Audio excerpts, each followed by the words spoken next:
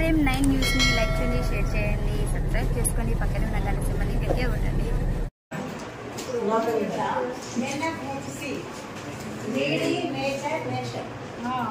ఈ యొక్క ఆర్గనైజేషన్ యొక్క ఇది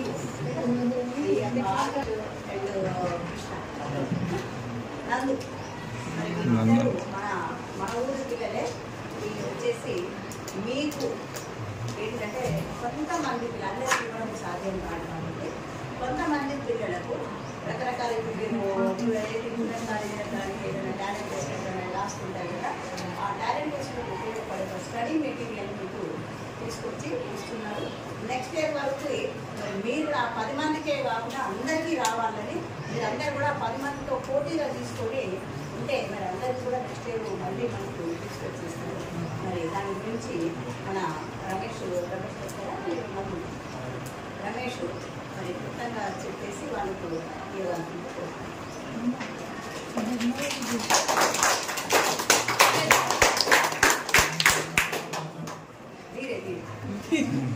అందరికీ నమస్కారం.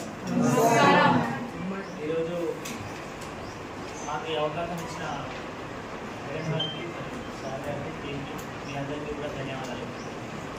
ఈరోజు ఎందుకోసమంటే మేము మీకు మాట ఇచ్చేళ్ళాం, ఒక 10 మెంబర్స్ పేరు తీసుకున్నాం.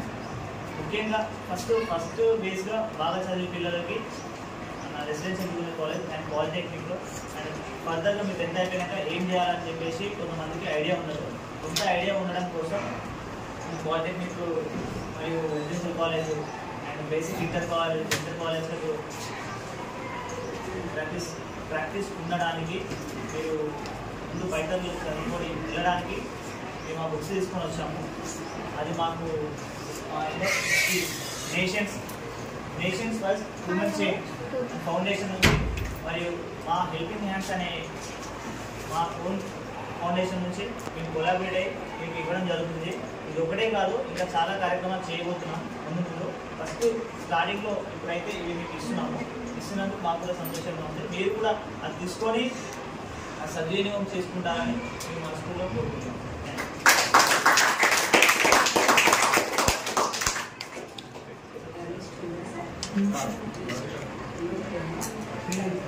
10th ఇంగ్లీష్ మీడియం నుంచి ప్రవాళిక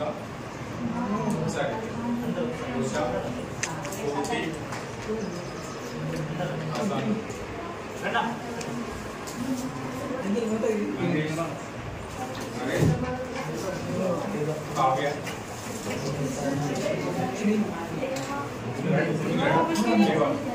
సింధుజ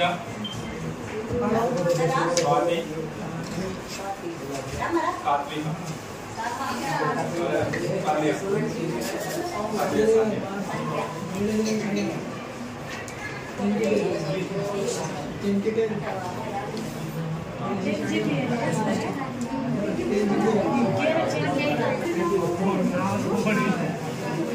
బొమ్మ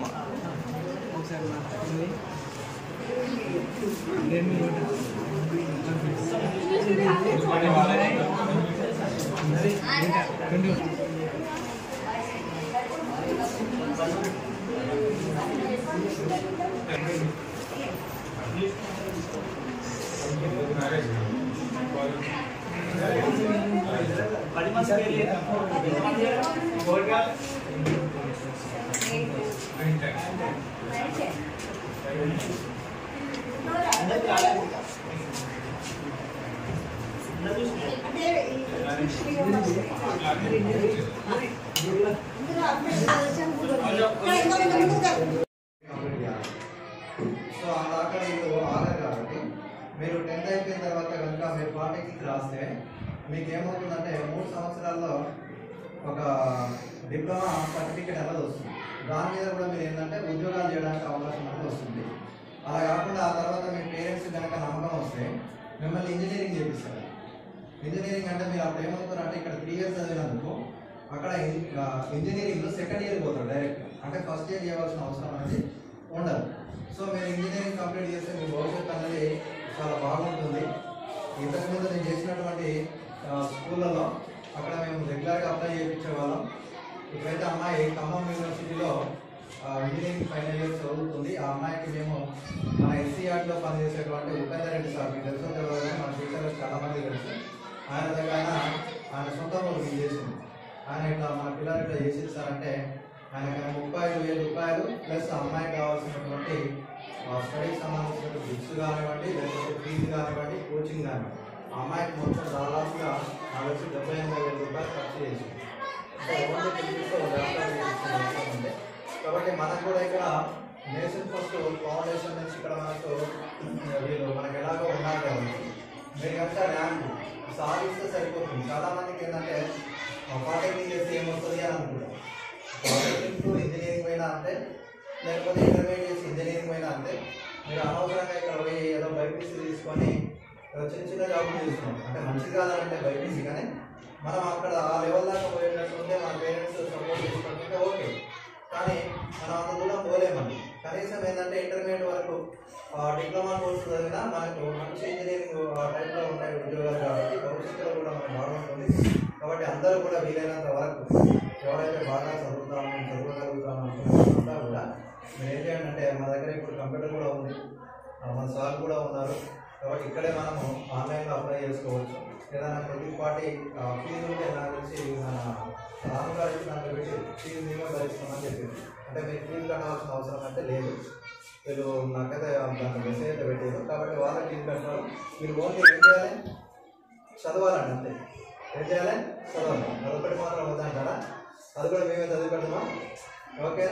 ఏదైనా భోజనం తెచ్చి పెడతారు కానీ ఎవరు నమ్మి లోపల ఉంచరండి, అది మనకు కూడా మంచిది కాదు, అవునా? కాబట్టి ఏం చేయాలి, మేము ఖచ్చితంగా భోజనం చేస్తే ఏ స్థాయిలో ఉండాలి, తినే స్థాయిలోనే ఉండాలి. కాబట్టి ఇప్పుడు మన ఈ ఫౌండేషన్ నుంచి మనకి ఏం ఇచ్చారు, మంచి మెటీరియల్ ఇచ్చారు. కాబట్టి ఏమి లేదు, బుక్ హాయిగా ఏం చేయాలి, చదివితే సరిపోతుంది. మీకు ఎస్ఎస్సీ ఎగ్జామ్స్ ఉంటాయి కదా, దాదాపు అందుకెళ్ళి సగం కూడా ఉంటాయి మీకు. కాకపోతే ఇది బిట్స్ రూపంలో మీకు ఎగ్జామ్లో అడుగుతారు. కాబట్టి ఇలా మీకు ఇంకొక ఆప్షన్ ఏముంటుంది, 4 ఉంటాయి. 4 ఏదో ఒకటి ఏబిసిడీలో మనం కరెక్ట్గా చూస్ చేసుకుంటే మనకు సీట్ వచ్చే అవకాశం ఉంటుంది. రెండవది ఏంటంటే ఇక్కడ మీరు అందరూ కూడా ఎస్టీ పిల్లలు ఎక్కువగా ఉన్నారు కాబట్టి మీకు రిజర్వేషన్ కూడా ఉంటుంది. కాబట్టి మీకు ఒక 20-30 ర్యాంక్ వచ్చినా మీకు మంచి కాలేజీలో వస్తుంది. కాబట్టి ఒక ఆపర్చునిటీస్ని విద్యార్థులందరూ కూడా వినియోగం.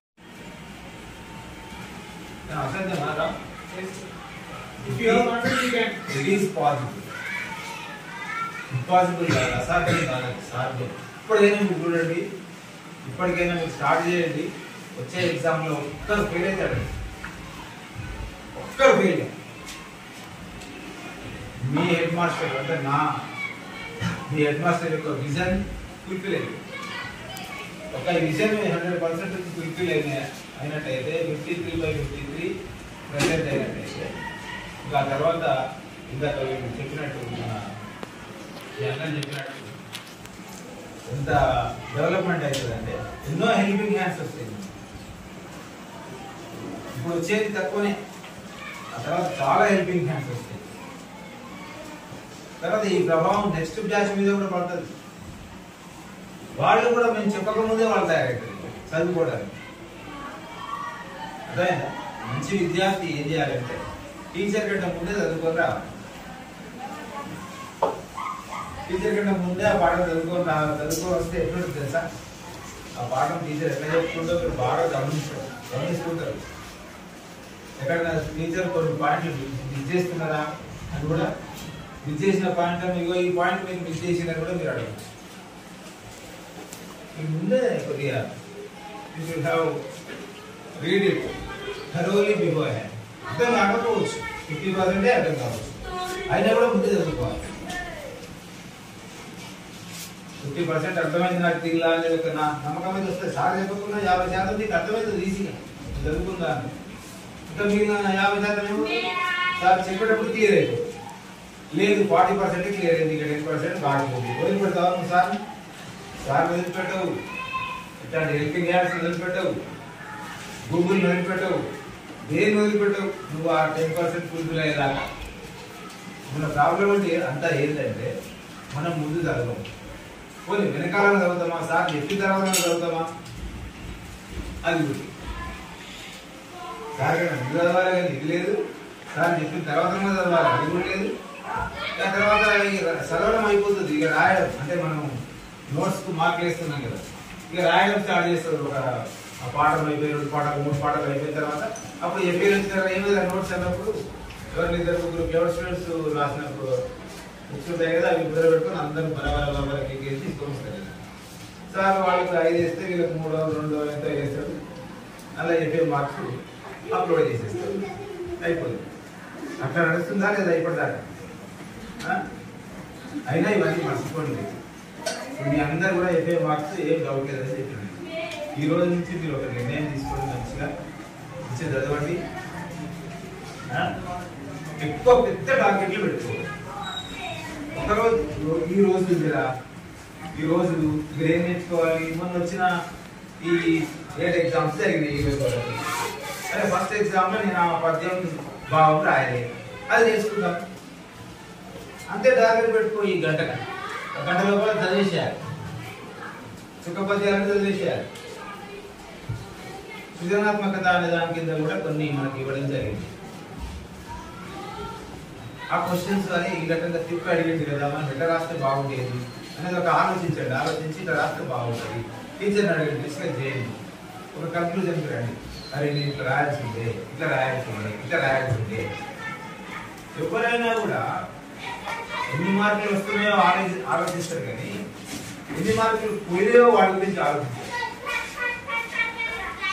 ఇప్పుడు 100 మార్కులకు 80 మార్కులు 90 మార్కులు వచ్చిన విద్యార్థి కూడా మిగిలిన 10 ఎందుకు రాలేదనే ఆలోచన వారికి ఉంటేనే మన నెక్స్ట్ ఎగ్జామ్లో ఎక్కువ వస్తాయి మార్క్స్. అంతే కదా?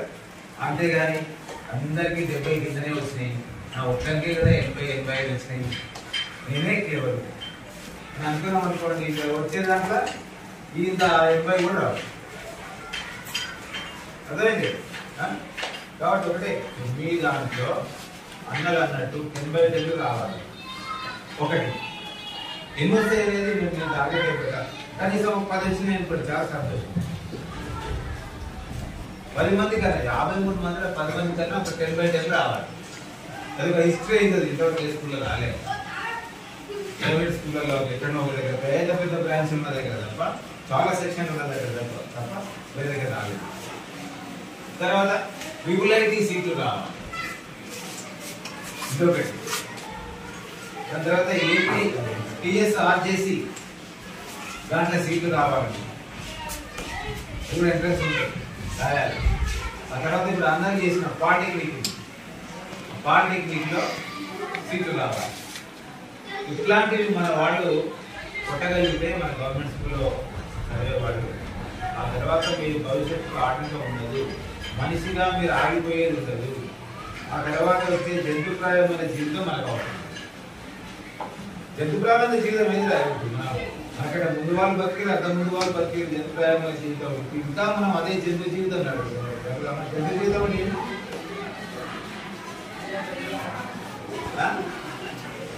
పుట్టడం, పెరుగుదల, ఆ తర్వాత పెళ్ళి, పిల్లలు, మళ్ళీ వాళ్ళు పెరగడం, తర్వాత మనకు పాడగట్టడం.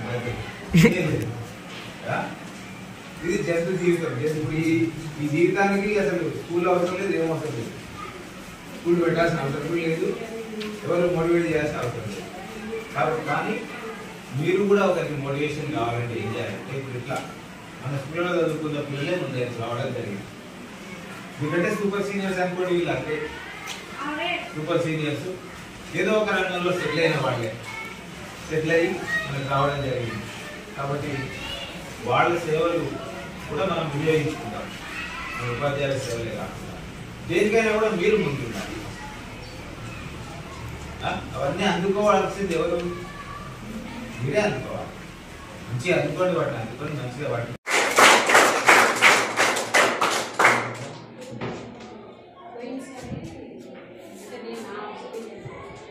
పాలిటెక్నిక్ రాపించినాం. ఇద్దరికి వచ్చినాక కూడా జైలు కాలేదు. అక్కడ హాస్టల్లో మంచిగా ఉన్నాడు అని చెప్తే ముగ్గురు మళ్ళీ రిటర్న్ అయ్యారు. ఇప్పుడు ఇక్కడ కాలేజ్ అంటే అది కూడా వెళ్తున్న లేదో వెళ్తున్న టీచర్ అని చెప్పారు. వాళ్ళకి సీట్ వచ్చినాయి నా దానికి ఇంకా ఉండేవాళ్ళు నాయకులు. అంతకంటే ముందు 2 అమ్మాయిలను తీసుకెళ్ళి భోజనం పాలిటెక్నిక్ దాంట్లో జాయిన్ చేసినాము. హాస్టల్ కూడా మధ్యలో తీసుకొచ్చేసి మ్యారేజ్ చేసి అంటే అట్లా మిడిల్లో మీరు రాకుండా కంప్లీట్గా కోర్స్ చేస్తే దానికి ఫలితం ఉంటుంది. ఇంత కష్టపడి ర్యాంక్ వచ్చినా కూడా ఫలితం ఉండట్లేదు. నా బాధ అది.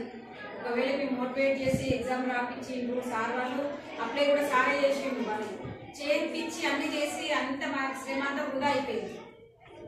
ఈసారి మాకు తోడుగా ఇంకా వీళ్ళు కూడా వచ్చి కొన్ని మెటీరియల్ మంచి మెటీరియల్ అందిస్తుంది కాబట్టి ర్యాంక్స్ రావడంలో ఆశ్చర్యం లేదు. ఖచ్చితంగా వస్తాయి.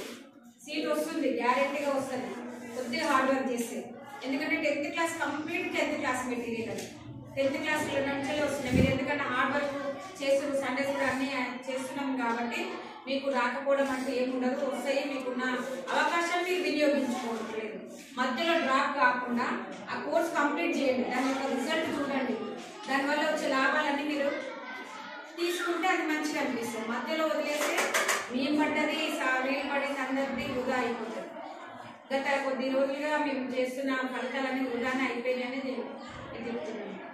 ఈసారైనా కొంచెం సక్సెస్ఫుల్గా పిల్లలు మీకు వచ్చిన అవకాశాలు వినియోగించుకొని సక్సెస్ఫుల్గా మీరు ఆ కోర్స్ కంప్లీట్ చేసినే కాదు దానివల్ల వచ్చే ఫలితాలు కూడా అనుభవించాలని కోరుకుంటున్నాను.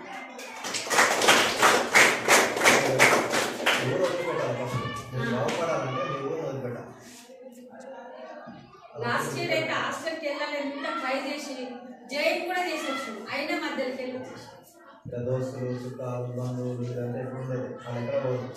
ఓకేనా? మన పదేళ్ళ తర్వాత వచ్చినా వాళ్ళు ఇక్కడే ఉంటారు. చదువుకున్న వాడు మాత్రమే బయటకు వెళ్తారు. మీరు రాము ఉన్నాడు, ఆయన గోవిందపల్లిలో ఉండే పరిస్థితి ఎలా ఉండేది? గదే ఆటోనో లేకపోతే వ్యవసాయం చేసుకుంటూ అప్ అండ్ డౌన్ చేస్తే మధ్యలో ఊరు అప్ అండ్ డౌన్ చేస్తే బస్సులు రాక ఇంటి దగ్గర ఉంటే వాళ్ళు వీళ్ళేమని వాళ్ళ మనసు ఖరాబ్ అవుతుంది. హాస్టల్ వెళ్ళడానికే మాక్సిమం మేము ఫోర్స్ చేస్తున్నాం. ఎందుకంటే ఊర్లో ఉన్న వాతావరణం సరిగా లేదు. అంటే కొద్దిగా పెద్దవాళ్ళు కనబడనే పెళ్లి చేయి ఇట్లా ఆడపిల్లలు ఉన్నారు వాళ్ళు ఇదని అంటున్నారనే మాక్సిమం హాస్టల్ వెళ్ళడానికే ట్రై చేపిస్తున్నాం. ఇక మళ్ళీ అయినా కూడా ఆ మధ్యలోకి రావడం మళ్ళీ ఇది అంటారు. ఇది కూడా సరిగ్గా పోరు.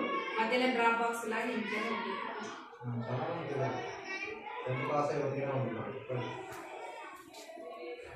ఓకేనా? మన క్యారెక్టర్ మంచిగా ఉంచుకోండి. మన మీద ఫస్ట్ నా పేరెంట్స్ నమ్మకం ఉండాలి. నా బిడ్డ నాకు కొడుకు ఎక్కడ పోయినా మంచిగా బతికి వస్తాడు, ఎక్కడ పోయినా మంచిగా ఉంటాడు. అలాగే చెడు అవలక్షణాలు లేకపోతే మనల్ని నమ్ముతారు. వాళ్ళు ఎంతైనా ఖర్చు పెట్టడానికి సిద్ధంగా ఉన్నారు. మీ వ్యవస్థలో for example Gopi last year అబ్బాయి ఇక్కడ ఉన్నాడు కదా, అబ్బాయి నారాయణ రామన్న ఇక్కడ గోపిస్తున్నాడు. ఇంకా మంచి పిల్లవాడు ఇక్కడ ఉంటే చెడిపోతాడు వాడు కూడా నాయన అని చెప్పి. నెక్స్ట్ ఇంకొక వాడు ఉండే కదా ఇక్కడ ఉండే కదా గోపాలపురం ఉండే కదా శ్రీకాంత్ ఏమో పంపించామంటే వాళ్ళ నాన్న పంపించలేదు. వాడు ఇక్కడే చదివి మళ్ళీ ఇంటికి వస్తున్నాడు. భానుప్రసాద్ వాడు కూడా ఇక్కడ ఉన్నప్పుడు అంత గమనించమంటే ఉండే. వాడు మాట తీరు మారింది, వాడు ఉండే వ్యవహారం అన్ని మారిపోయింది. వాడు చదువు బాగా చదువుతుంది నాకు తెలిసి. ఇంకా కొంత పెరుగుతూనే ఉంటుంది ఇక్కడ ఉన్నప్పుడు. అంటే వాళ్ళ నాన్న డబ్బులు పెట్టడానికి ఉన్నారు, ఇక్కడ ఉన్నారు డబ్బులు పెట్టడానికి జీపీఎస్ కూడా రెడీగా ఉన్నారు. లేదంటే ఫౌండేషన్ మీరు చదివితే అడాప్ట్ వాళ్ళకి చదువుకునే పిల్లలకు వేరే ఊరు పిల్లలు ఎక్కడో ఇక్కడికి మైగ్రేట్ కావాలి. జాబ్లో వచ్చినాక మళ్ళీ ఇంట్లోనే వచ్చి సోషల్ సర్వీస్ కానీ ఏదైనా చేసుకోవచ్చు. కానీ ముందైతే మీరు ఇక్కడ వెళ్ళి అనుకోవాలి. ఉన్నంతసేపు మీకు అవే ఆలోచనలు ఉంటాయి. ఊరికి సంబంధించిన ఆలోచనలే వస్తున్నాయి మీ మైండ్లో.